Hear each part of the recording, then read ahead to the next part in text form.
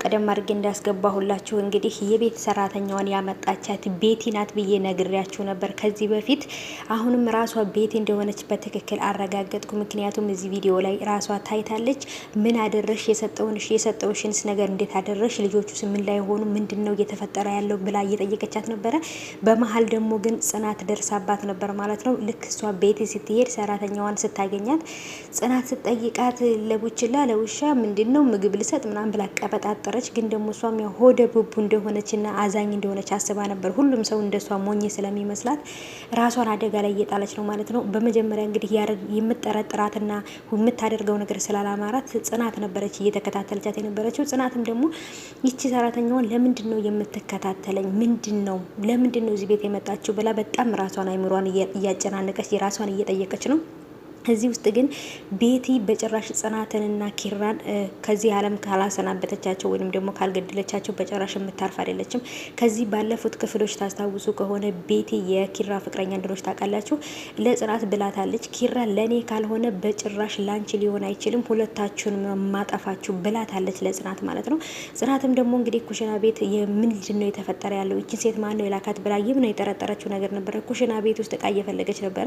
የምትፈልገውም ደግሞ የሆነ መርዝ ወይም የሆነ ነገር ካለ ብላ ነበረ። ሰራተኛውም ደርሳባት ነበረ። አንዳንድ የሆነ ነገሮች ማወቅ ከፈለግን ልክ እንደማያውቅ ሰው ሆነን ቀስ ብለን በብልሃት ነው ብላ ነበር ያለቻት። እሷም እንደጠረጠረቻትና የሆነ ነገር እየፈለገች እንደሆነ አውቃባታለች። እና ጽናትም ደግሞ ደንገጥ ብላ ግን ደግሞ የሆነ ነገር አናቷን ብላት በነገር ነው የወጣቸው ማለት ነው።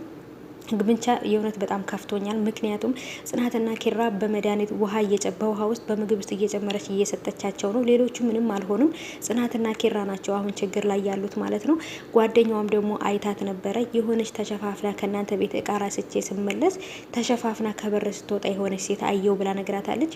አደጋ ላይ እንደሆኑም ነግራታለች። ግን ከዚህ በኋላ ትጠነቀቃለች ወይንም ደግሞ ኪራም ይጠነቀቃል ብዬ አስባለሁ። እውነትም ደግሞ እንግዲህ ፍቅራቸውን አፍርጠውታል። እሷም ፍቅሯን ተናግራለች፣ እሱም ፍቅሩን ተናግሯል ማለት ነው። በዚህ ደግሞ በጣም ደስተኛ ነበርኩኝ። ግን ደግሞ ቤቲ አሁንም እነሱን ለማጥፋት ወደ ቤት ስለተመለሰች ወይንም ሰራተኛ ቤት ስላስቀመጠች የራሷ የሆነ ሰው ቤት ውስጥ ስላለ በጣም ፈርቻለሁኝ። የሆነ ነገር ታደርጋቸዋለች ብዬ ማለት ነው። ቪዲዮ ሁሉ እየቀረጸች እየላከችላት ነበረ ማለት ነው። ግን ይህን ሁሉ ነገር የምታደርገው ለምንድን ነው? ልጅቷም ደግሞ ከጎዳና ላይ አንስቼ ሰው ያደረኩሽ እኔ ነኝ፣ የምፈልገው ነገር ታደርግልኛለሽ ብላት ቤቲ በጥፊ መታታለች። ግን እኔ መምታት አልነበረብሽም ብላ ነበረ። ምንም ገንዘብ ልትከፊኝ ትችያለሽ፣ ግን ደግሞ ልትመችኝ አትችይም ብላ መልሳላት ነበረ። ግን ደግሞ በጭራሽ እየሆነ ያለው ነገር እጅግ በጣም የሚያስፈራ ነው። ቤቲ ከዚህም በላይ ማድረግ ትችላለች ወይም ደግሞ ማድረግ ትፈልጋለች። ሁለቱን ካልገደለች ወይም ካላጠፋቻቸው በሰላም የምትኖር አይመስለኝም ማለት ነው። ግን ኪራና ጽናትና ኪራ ደግሞ በፍቅር አንድ ላይ ስለሆኑና ፍቅራቸውን እርስ በርስ ስለተገላለጹ በጣም ደስ ብሎ የነበረ። እዛ ጋር ግን ቤቲ እያደረገችው ያለችው ነገር ሳስብ ደግሞ በጣም ፈራሁላቸው። ሁለቱም አሁን ላይ ጽናትም ኪራም አደጋ ላይ ናቸው ያሉት ማለት ነው።